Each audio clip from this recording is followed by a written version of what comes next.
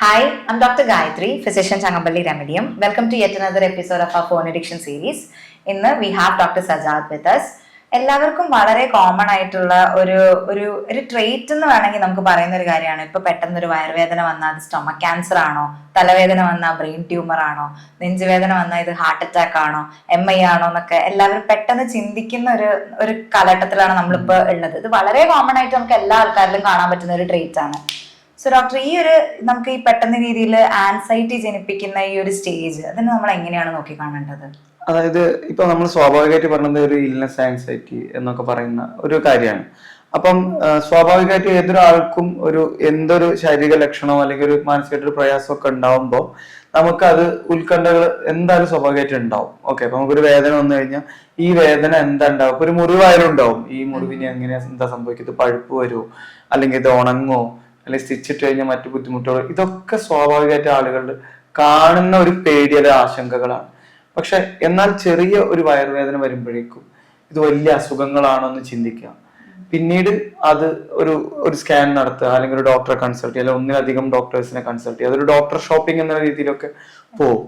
പക്ഷെ ഇന്ന് ഇതുകൊണ്ട് മാത്രം നിൽക്കുന്നില്ല. ഓക്കെ, കാരണം പലപ്പോഴും ഈ ഒരു സംശയം വെച്ചിട്ട് നമ്മൾ ഒരുപാട് വീഡിയോസ് കാണുക, ഒരുപാട് റീലുകൾ കാണുക, ഡോക്ടേഴ്സിന്റെ തന്നെ വീഡിയോസ് കാണുക. ഇത് കണ്ട് പിന്നീട് അതൊരു വലിയ പ്രയാസമായിട്ട് ഇയാളുടെ ജീവിതത്തിൽ മാറുന്ന ഒരു സാഹചര്യമുണ്ട്. അപ്പം ഇത് മറ്റൊരു അസുഖമായിട്ട് മാറണം, മാനസികമായിട്ടുള്ള ഒരു അസുഖമായിട്ട് ഉടലെടുക്കാനുള്ള ഒരു കാരണമായിക്കൊണ്ട് ഇങ്ങനെ പിന്നെ സെർച്ചിങ് ചെയ്ത് പിന്നെ അതിന് എന്ത് സ്കാനുകൾ ചെയ്യണം, എന്ത് വലിയ പഠനങ്ങൾ എന്താ നടത്തേണ്ടത് എന്നൊക്കെയുള്ള രീതിയിലേക്ക് മാറും. ഇവരത് ഡോക്ടേഴ്സ് ഗൈഡ് ചെയ്ത് പറഞ്ഞാൽ പോലും അവർക്കത് മനസ്സിലാവാത്തൊരു സാഹചര്യം ഉണ്ടാവും. അത് സെർച്ച് ചെയ്തിട്ട് ഗൂഗിളിൽ സെർച്ച് ചെയ്തിട്ടോ അല്ലെങ്കിൽ വീഡിയോ കണ്ടാൽ മാത്രം അവർക്കൊരു ആശ്വാസം കിട്ടുന്ന രീതിയിലേക്ക് ഒതുങ്ങിപ്പോവും. വീണ്ടും ഒരു ഡോക്ടറെ കൺസൾട്ട് ചെയ്ത് ഡോക്ടർ എല്ലാ കൺഫർമേഷൻ പറഞ്ഞ് നിങ്ങൾക്ക് യാതൊരുവിധ ബുദ്ധിമുട്ടില്ല, ഒരു അസുഖവും ഇല്ല, നിങ്ങൾ പെർഫെക്റ്റ്ലി ഓൾറൈറ്റ് ആണ് എന്ന് പറഞ്ഞാൽ ആ ഡോക്ടറിനെയും അതുപോലെ തന്നെ ആ ഡയഗ്നോസ്റ്റിക് സംവിധാനത്തെയും അല്ലെങ്കിൽ ഇൻവെസ്റ്റിഗേഷനെയും ഒക്കെ ഒരു MRI എടുത്തു കഴിഞ്ഞാൽ MRI മെഷീൻ എന്തെങ്കിലും തകരാറുണ്ടോ എന്ന രീതിയിൽ, ഡോക്ടർക്ക് എന്താണ്, ഈ ഡോക്ടർ ഇത്രയ്ക്കും പഠിപ്പുണ്ടോ, അല്ലെങ്കിൽ ഈ ഡോക്ടർക്ക് ഇത്ര എക്സ്പീരിയൻസ് ഉണ്ടോ, ഈ ഡോക്ടർ പറയുന്നത് ശരിയല്ല എന്നുള്ള രീതിയിലൊക്കെ പിന്നീട് ചിന്തിക്കാൻ തുടങ്ങും. അങ്ങനെയാണ് അത് നിരന്തരം ഡോക്ടർമാരെ കാണുക എന്നുള്ള കൺസൾട്ടേഷൻ എടുക്കുക എന്നുള്ള രീതിയിലേക്ക് മാറുന്നത്. പിന്നെ അത് അവർക്കും ബുദ്ധിമുട്ടാവും, അവരെ കൂടെയുള്ള ആളുകൾക്കും അത് ബുദ്ധിമുട്ടാവും. സ്ഥിരമായിട്ട് കൺസൾട്ടേഷന് വേണ്ടിയിട്ട് കൊണ്ടുപോകേണ്ടി വരിക, അല്ലെങ്കിൽ അവരെ ജോലി തടസ്സപ്പെടുത്തി പോകേണ്ടി വരിക, അല്ലെങ്കിൽ അവർക്ക് മറ്റൊരു രാത്രി പെട്ടെന്ന് ഇത് ആലോചിച്ച് അസുഖങ്ങൾ വരിക, ഇങ്ങനെയൊക്കെ പ്രയാസങ്ങൾ കാണുമ്പോൾ ഇപ്പം പലപ്പോഴും പാനിക് അറ്റാക്സ് വരും. പക്ഷെ ആ പാനിക് അറ്റാക്കിന് പലപ്പോഴും ചിന്തയ്ക്ക് കാരണമാവുന്നത് ഇത് നിരന്തരമായിട്ടുള്ള വീഡിയോകൾ കാണുക. പിന്നെ എപ്പോഴും ഈ വീഡിയോ സെൻഡ് ചെയ്യാന്നുള്ള ഫോണിന്റെ ഒരു അൽഗോരിതം ബേസ് ചെയ്തിട്ടാണ്. അപ്പൊ ആൻസൈറ്റി കൂട്ടിക്കൊണ്ടേയിരിക്കുക എന്നുള്ളത് വലിയൊരു ബുദ്ധിമുട്ടായിട്ട് മാറും. അപ്പൊ ഇതിന് നമുക്ക് ചെയ്യേണ്ട കാര്യം എന്ന് വെച്ചാൽ കൃത്യമായിട്ട് നിയന്ത്രണം ആദ്യമേ ഉണ്ടാക്കിയെടുക്കുക എന്നുള്ളതാണ്. പിന്നീട് ഇതിന്റെ ഒരു ലൂപ്പിലേക്ക് വീണു പോയി കഴിഞ്ഞാൽ പിന്നീട് നമുക്കത് എളുപ്പമായിട്ട് സാധ്യമായിട്ടുള്ള കാര്യമല്ല. കാരണം പിന്നെ കാണാനുള്ള ആസക്തി വന്നുകൊണ്ടിരിക്കും. ഒരു വീഡിയോ കാണണം, അടുത്ത വീഡിയോ കാണണം.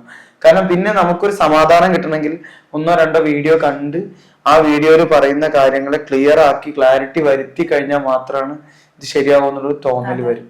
പിന്നെ അതിനപ്പോഴേക്കും ആ ഡോക്ടറെ പോയി കാണുന്നു, ആ ഡോക്ടർ ആ ഒരു കാര്യം പറയുന്നു, ഒരു ഷോർട്ട് ടേമിലേക്ക് മാത്രം അയാൾക്ക് സമാധാനം കിട്ടും.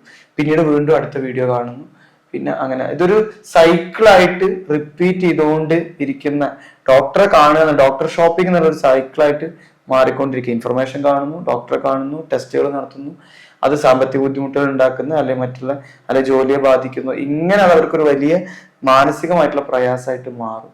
അപ്പൊ ഇതിന് കൃത്യമായിട്ട് നമുക്കൊരു അവബോധം ഉണ്ടെങ്കിൽ മാത്രമാണ് പിന്നെ എപ്പോഴും ഇത് അത്ര പ്രാക്ടിക്കലി എളുപ്പമായിട്ടുള്ള ഒരു കണ്ടീഷൻ അല്ല. കാരണം ഇതൊരു ഹൈപ്പോകോൺഡ്രിയാസിസ് പോലെയുള്ള ഒരു ബുദ്ധിമുട്ടിലേക്ക് പോവുകയും പിന്നെ അതിനെ ട്രിഗർ ചെയ്യുന്ന ഒരു ഫാക്ടറാണ് എപ്പോഴും ഫോണിന്റെ ഈ സിവിയർ ആയിട്ടുള്ള യൂസ്. സാർ, ഇപ്പൊ ഇതിന്റെ ഒരു സെക്കൻഡ് സ്റ്റേജ് അല്ലെങ്കിൽ നമുക്ക് വേറൊരു രീതിയിൽ നമ്മൾ എപ്പോഴും പെർസീവ് ചെയ്യുന്ന ഒരു കാര്യമാണ് ഈ OP-യിൽ വരുന്ന പേഷ്യൻസ് ഗൂഗിൾ ചെയ്തിട്ട്, ഇപ്പൊ അവർക്കൊരു സ്മോൾ തലവേദനയാണെങ്കിൽ പോലും അത് എന്താണെന്നുള്ളത് ഗൂഗിൾ ചെയ്ത് കംപ്ലീറ്റ് അവരുടെ സിംറ്റംസ് ഒക്കെ ഗൂഗിളിനോട് ചോദിച്ച് മനസ്സിലാക്കി ഡോക്ടർ പറയുന്നത് വേറെ തന്നെ ഒരു ഡോക്ടർ ചിലപ്പോൾ സിമ്പിൾ ആയിട്ടുള്ള ഒരു ഡയഗ്നോസിസ് അവരോട് പറയുകയാണെങ്കിൽ അത് അക്സെപ്റ്റ് ചെയ്യാൻ റെഡി അല്ലാത്തൊരു രീതി. പക്ഷെ ഗൂഗിൾ ഇതല്ലല്ലോ ഞങ്ങളടുത്ത് പറഞ്ഞത്. അപ്പൊ അങ്ങനത്തെ ഒരു കാര്യങ്ങൾ നമ്മൾ ഒരുപാട് OPD-യിൽ ഇപ്പൊ ഫേസ് ചെയ്ത് വരുന്നുണ്ട്. അപ്പൊ അതും ഈ ഒരു സെയിം സാധനമായിട്ട് നമുക്ക് റിലേറ്റ് ചെയ്ത് പറയാൻ പറ്റും. അതായത് എപ്പോഴും ഗൂഗിൾ എന്ന് പറയുന്നത് ഒരു ഇൻഫർമേഷനാണ്, അങ്ങനെ ഇൻഫർമേഷന് വേണ്ടിയിട്ടുള്ള ഒരു അതോറിറ്റിയാണ്. പക്ഷെ ഒരു മെഡിക്കൽ നോളജ്, ഒരു ഡോക്ടർ എക്സ്പീരിയൻസ് എന്ന് പറയുമ്പോൾ എല്ലാ രീതിയിലും അയാൾ പരമാവധി ആ ഒരു എക്സ്പെർട്ടൈസ് കൊണ്ടുവരാൻ ശ്രമിച്ചിട്ടുണ്ടാവും. ഇപ്പൊ നമുക്കൊരു നെഞ്ചുവേദനയ്ക്ക് വന്ന ഒരാളെ ചികിത്സിക്കാനായിട്ട് ഒരു ഹാർട്ടിന്റെ ഡോക്ടറെ അടുത്ത് കൊണ്ടുപോകുമ്പോൾ, ഓക്കെ, ഒരു കൺസൾട്ടന്റ്, ഒരു കാർഡിയോളജിസ്റ്റ് നോക്കുമ്പോൾ അവരെടുക്കുന്ന പാരാമീറ്റേഴ്സ് വളരെ വ്യത്യാസമാണ്. പക്ഷെ പകരം ഇതൊരു 2-3 ലക്ഷണങ്ങൾ മാത്രം വെച്ചൊരു ജഡ്ജ്മെന്റ് ആണ്, അതിനുള്ള മരുന്ന് ഇതാവാം എന്നുള്ള ഇൻഫർമേഷൻ മാത്രമേ ഉള്ളൂ.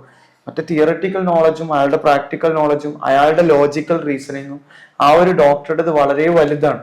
ഇതെല്ലാം നമ്മൾ വളരെ കുറഞ്ഞ രീതിയിലേക്ക് ചിന്തിക്കുകയാണ്. അപ്പൊ നമ്മൾ ഒരു ഉദാഹരണം നേരെ പറയുകയാണെങ്കിൽ ഒരു ആർക്കിടെക്റ്റിനെ എടുത്താൽ മതി. ഓക്കെ, നമുക്കിപ്പം ഒരു ആർക്കിടെക്ചർ ഡിസൈൻ ഉണ്ടാക്കാനുള്ള എല്ലാ കാര്യവും നെറ്റിൽ അവൈലബിൾ ആണ്. നമുക്കൊരു ഡിസൈൻ ഉണ്ടാക്കാം, എല്ലാ കാര്യവും. പക്ഷെ പ്രാക്ടിക്കലി നമ്മൾ ബിൽഡിംഗ് കൺസ്ട്രക്ട് ചെയ്യുമ്പോൾ അല്ലെങ്കിൽ ഒരു വീട് വെക്കുമ്പോൾ ഇതൊരിക്കലും നമുക്ക് എളുപ്പമല്ല. ഓക്കെ, ഈ ഇൻഫർമേഷൻ കൊണ്ട് മാത്രം നമുക്കത് സാധ്യമാവുന്ന ഒരു കാര്യമല്ല. നല്ലൊരു വീട് ഉണ്ടാക്കണമെങ്കിൽ ഒരുപാട് തോട്ട് പ്രോസസ്സ് ആവശ്യമാണ്. അതുപോലെ അത് ഒരുപാട് ഇന്റഗ്രേറ്റീവ് ആയിട്ടുള്ള ഒരു അപ്രോച്ചാണ് ഒരു വീട് വെക്കുന്ന പോലും. കാരണം അതിൽ ഒരു കട്ടിൽ വെക്കുന്ന ഒരാള്, അല്ലെങ്കിൽ ഒരു മതില് കെട്ടുന്ന ഒരാള്, അല്ലെങ്കിൽ ചുമര് കെട്ടുന്ന ആള്, ഇയാളുടെ എല്ലാം എക്സ്പെർട്ടൈസ് അവിടെ ഇമ്പോർട്ടന്റ് ആണ്. പക്ഷെ പകരം നമ്മൾ ഇതൊക്കെ ഗൂഗിളിൽ അവൈലബിൾ ആണ് എന്ന് പറഞ്ഞത് കൊണ്ട് മാത്രം അത് കൃത്യമായിട്ടൊരു എക്സ്പേർട്ട് ഒപ്പീനിയൻ ആയിട്ടോ അല്ലെങ്കിൽ എക്സ്പേർട്ട് ആയിട്ടുള്ള ഒരു കാര്യമായിട്ട് മാറുന്നില്ല. ഇതാണ് നമ്മളിവിടെ തെറ്റിദ്ധരിക്കപ്പെടുന്നത്. അപ്പൊ ഡോക്ടേഴ്സിനെ ജഡ്ജ് ചെയ്യുന്നത് ഈ പറയുന്ന ഡിവൈസ് വെച്ചിട്ട് അല്ലെങ്കിൽ പറയുന്ന ഇൻഫർമേഷൻ വെച്ച് ചെയ്യുന്നത് ശരിയല്ല ഒരിക്കലും. അപ്പൊ അത് നമ്മൾ ഇങ്ങനെ ആലോചിച്ചാൽ നമ്മൾ എന്ത് മേഖലയിലാണോ എക്സ്പെർട്ട്, ആ എക്സ്പെർട്ടൈസ് തന്നെയാണ് മറ്റൊരു മേഖലയിലെ ഡോക്ടറായിട്ട് നിൽക്കുന്ന ഒരാൾക്കും ഉണ്ടാവുന്നത്. അപ്പൊ അതൊരു മിസ്ഇൻഫർമേഷൻസ് കൊണ്ട് ഉണ്ടാവുന്ന റോങ് ആയിട്ടുള്ള ജഡ്ജ്മെന്റ്സ് ആണ്. ചിലപ്പോൾ ഇത് ഏറ്റവും കൂടുതൽ ബാധിക്കുന്നത് വളരെ ഇൻട്രിക്കേറ്റ് ഡിസോർഡേഴ്സ്, അതുപോലെ സീരിയസ് അല്ല ടെർമിനൽ ആയിട്ടുള്ള ക്യാൻസർ പോലുള്ള അസുഖങ്ങൾ, അതല്ലെങ്കിൽ ഇപ്പം സ്ട്രോക്ക് പോലെ അങ്ങനെ കുറെ കൂടുതൽ സങ്കീർണമായിട്ടുള്ള അസുഖങ്ങൾ വരുമ്പോൾ അവിടെ ഡോക്ടേഴ്സിനെ അതുപോലെ തന്നെ ഡിസിഷൻ മേക്കേഴ്സ് ആയിട്ടുള്ള ഫാമിലിയിലെ മെമ്പേഴ്സ് ഉണ്ടാവും. അപ്പൊ അതായത് ഇപ്പൊ ഒരു രോഗി എടുക്കുകയാണെങ്കിൽ ആ രോഗിയുടെ വളരെ വേണ്ടപ്പെട്ട ആളുകളെ പോലും ഇത്തരത്തിലുള്ള കുറഞ്ഞ ഇൻഫർമേഷൻ വെച്ചിട്ട് വളരെ സയന്റിഫിക് ആയി സംസാരിക്കുന്ന ആളുകൾ ഉണ്ടാക്കുന്ന സമ്മർദ്ദം പലപ്പോഴും ആ ഫാമിലിക്ക് ഉണ്ടാക്കുന്ന ഒരു കേടുപാടുകൾ വളരെ വലുതാണ്. അതിന് പലപ്പോഴും രോഗികൾ ഇരയായി പോകും. ഓക്കെ, കാരണം എന്താന്ന് വെച്ചാൽ ഇവർക്ക് ഉണ്ടാവുന്ന അറിവ് എന്ന് പറഞ്ഞാൽ വളരെ ചെറുതാണ്. പക്ഷെ ആ അറിവ് വെച്ചിട്ട് അവരുണ്ടാക്കുന്ന ഒരു ജസ്റ്റിഫിക്കേഷൻ വളരെ വലുതായിരിക്കും. ഞാൻ വളരെ അധികം ഇതിൽ എക്സ്പേർട്ടാണ്, ഇതിലിങ്ങനെയാണ് പറയുന്നത്, അതിലിങ്ങനെയാണ് പറയുന്നത്, ഡോക്ടേഴ്സിനെ ക്വസ്റ്റ്യൻ ചെയ്യുക. അപ്പൊ ഒരു പരിധിയിലപ്പുറം ഡോക്ടേഴ്സ് പോലും അവിടെ നിന്ന് പിൻവാങ്ങുന്ന ഒരു സാഹചര്യം ഉണ്ടാവും. കാരണം വെച്ചാൽ അവർ നിസ്സഹായ അവസ്ഥയിലേക്ക് എത്തും, ഒരു ഹെൽപ്ലെസ് മെന്റാലിറ്റിയിലേക്ക് ഡോക്ടറും കുടുംബാംഗങ്ങളും എത്തും. പക്ഷെ ഇതുപോലെ റോങ് ആയിട്ടുള്ള ഡിസിഷൻ മേക്കേഴ്സ് പലപ്പോഴും ഇത്തരം പ്രശ്നങ്ങൾക്ക് ആക്കം കൂട്ടാനായിട്ട് കാരണം. അപ്പൊ അവിടെ അവർ ഈഗോ സ്റ്റേറ്റിനെയാണ് പലപ്പോഴും റെപ്രസെന്റ് ചെയ്യുന്നത്. ഞാൻ അറിവുള്ള ആളാണെന്ന് കാണിക്കാനുള്ള ശ്രമം കൊണ്ട് ഉണ്ടാവുന്ന ഒരു മാരകമായിട്ടുള്ള ബുദ്ധിമുട്ടാണ്. മറ്റൊരു വ്യക്തിയുടെ ജീവിതത്തിന് അല്ലെ ജീവനെയാണ് ഭീഷണിയായിട്ട് ഈ പറയുന്ന ഈഗോ സ്റ്റേറ്റ് അല്ലെങ്കിൽ ഈ പറയുന്ന കാരണങ്ങൾ കൊണ്ട് തെറ്റായിട്ടുള്ള വിവരങ്ങൾ കൊടുക്കുന്നതുകൊണ്ട് ഉണ്ടാവുന്നു.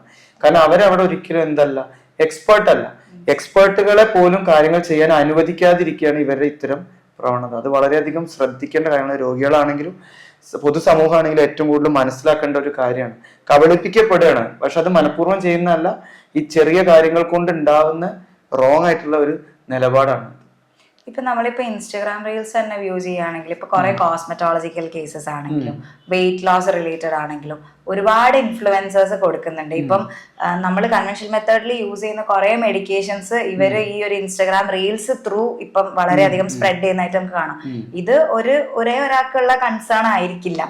ഒരേ മെഡിസിൻ നമ്മൾ ഒരു പെർട്ടിക്കുലർ പേഴ്സണിന് കൊടുക്കേണ്ട ഒരു മെഡിസിൻ മൾട്ടിപ്പിൾ പേഴ്സൺസിന് ഇതേ മെഡിക്കേഷൻസ് യൂസ് ചെയ്യുമ്പോൾ അത് ശരിക്കും നടന്ന ഒരു നെഗറ്റീവ് രീതിയിലായിരിക്കും നമ്മളെ ബാധിക്കുന്നുണ്ടാവുക.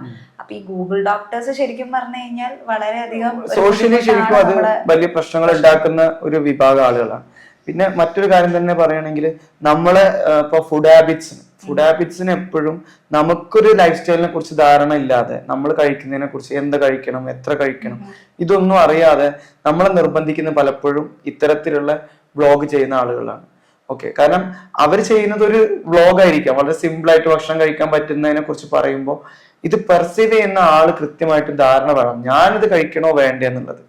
ഓക്കെ, ഇപ്പൊ ഒരു പരസ്യം കണ്ട് കഴിക്കുമ്പോൾ പരസ്യം ചെയ്യുന്ന ആളെ നമ്മൾ ബ്ലെയിം ചെയ്തിട്ട് കാര്യമില്ല, നമുക്ക് അതിനെ കുറിച്ച് കൃത്യമായിട്ടുള്ള ധാരണ വേണം. ഓക്കെ, നിങ്ങളോട് വന്ന് കഴിക്കൂ എന്നല്ല അവർ പറയുന്നത്, ഇവിടെ കഴിക്കാനുണ്ട് എന്നുള്ള ഇൻഫർമേഷൻ കൊടുക്കുമ്പോൾ ഇവിടുന്ന് പോകുന്ന തെറ്റായ തീരുമാനം നമ്മുടെയാണ്. അതുപോലെ തന്നെ ഏത് ആക്ടിവിറ്റിയാണ്, ഇപ്പൊ വെയിറ്റ് ലോസ് ആണെങ്കിലും ഡയറ്റ് പ്ലാൻ ആണെങ്കിലും ഒക്കെ അതെപ്പോഴും വ്യക്തിപരമായിട്ട് ചെയ്യേണ്ട ഒരു കാര്യമാണ്. ആ വ്യക്തിക്ക് ഇത് പറ്റുമോ? ഇപ്പൊ നമ്മൾ വെയിറ്റ് ലോസിന് വേണ്ടിയിട്ട് ട്രീറ്റ്മെന്റ് എടുക്കണം, അല്ലെങ്കിൽ ഒരു ജിമ്മിൽ പോയി വർക്കൗട്ട് ചെയ്യുമ്പോൾ ഓൾറെഡി ഒരു ബാക്ക് പെയിനോ അല്ലെങ്കിൽ ഒരു LBA കേസായിട്ടോ അല്ലെങ്കിൽ ഒരു ഹിസ്റ്ററി ഓഫ് ഫോൾ, എന്തെങ്കിലും നടുവിന് ചതവോ വളവോ അല്ലെങ്കിൽ ബുദ്ധിമുട്ടുകളോ വന്ന ഒരാൾ പോയിട്ട് ജിമ്മിൽ വർക്കൗട്ട് ചെയ്യുമ്പോൾ അത് കൂടുതൽ സങ്കീർണമായിട്ടുള്ള പ്രശ്നങ്ങൾ ഉണ്ടാക്കും. അപ്പൊ ആ ആൾക്ക് ഇത് പറ്റുമോ എന്നുള്ളതിനെ കുറിച്ച് ഒരു മെഡിക്കൽ എക്സാമിനേഷൻ ചെയ്ത ഒരു എക്സ്പേർട്ട് ഒപ്പീനിയൻ, ഒരു ഡോക്ടറെ ഒപ്പീനിയൻ വെച്ചിട്ട് വേണം അയാൾ ജിമ്മിൽ വർക്കൗട്ട് ചെയ്യാനായിട്ട് പോകണമെങ്കിൽ. ഓക്കെ, ഈവൻ സിമ്പിൾ ഒരു ബ്രീത്തിങ് എക്സസൈസ് ചെയ്യുമ്പോൾ പോലും അതിന്റെ ബാക്ക്ഗ്രൗണ്ടിൽ ഒരു ബ്രീത്തിങ് ഡിസോർഡർ ഉണ്ട്, ശ്വാസകോശ സംബന്ധമായിട്ടൊരു അസുഖം ഉണ്ടോ എന്നുള്ളത് പരിശോധിച്ചുകൊണ്ട് മാത്രമാണ് അത് ചെയ്യേണ്ടത്. അതിലാണ് എപ്പോഴും നമ്മൾ ശ്രദ്ധിക്കേണ്ടത്. സ്വന്തമായിട്ടുള്ള ചികിത്സ, സ്വന്തമായിട്ടുള്ള ഇത്തരം തീരുമാനങ്ങളൊന്നും ആ രീതിയിലേക്ക് ചെയ്യാൻ പാടില്ല. സ്വയം ചികിത്സ എപ്പോഴും അപകടം വരുത്തും. എന്താണ് അവിടെ നമ്മൾ ലാഭിക്കണം എന്നുള്ളത് മനസ്സിലാക്കണം. ഈ ഒരു കൺസൾട്ടേഷൻ ഫീസ് ആണോ, അല്ലെ ഫ്രീ ആയിട്ട് ഒരുപാട് മെത്തേഡ്സ് ഉണ്ട്. നമുക്ക് ഈ സർവീസ് ഒക്കെ നമുക്ക് സർക്കാർ സംവിധാനങ്ങളോടുകൂടി നമുക്ക് അവൈലബിൾ ആണ്. അപ്പൊ നമ്മൾ ഈ ഒരു ഒപ്പീനിയൻ എടുക്കാനുള്ള മടി എന്തിനാണ് അത് ചെയ്യുന്നത്? പകരം ഞാനാണ് എക്സ്പേർട്ട് എന്നുള്ള ഒരു ധാരണ കൊണ്ടുവരുമ്പോഴാണ് എല്ലാ ബുദ്ധിമുട്ടുകളും ഉണ്ടാക്കുന്നത്.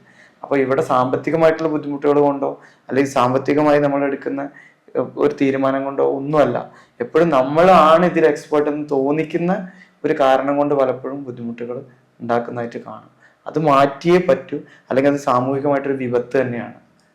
സോ ഐ ഹോപ്പ് നമ്മളെ വ്യൂവേഴ്സിന് ഇപ്പോൾ ഒരു ക്ലിയർ പിക്ചർ കിട്ടിയിട്ടുണ്ടാവും. അപ്പം നിങ്ങൾ ആദ്യം തന്നെ ചെയ്യേണ്ടത്, എപ്പോഴും നിങ്ങൾക്കൊരു മെഡിക്കൽ കണ്ടീഷൻ, ഒരു കാര്യങ്ങൾ എന്തെങ്കിലും സിംറ്റമാറ്റിക് ആയിട്ട് ഫീൽ ചെയ്യുകയാണെങ്കിൽ അതൊരു ക്വാളിഫൈഡ് ആയിട്ടുള്ള ഡോക്ടറെ അടുത്ത് പോയി കറക്റ്റായിട്ട് ഡയഗ്നോസ് ചെയ്യുക, മെഡിക്കേഷൻസ് എടുക്കുക.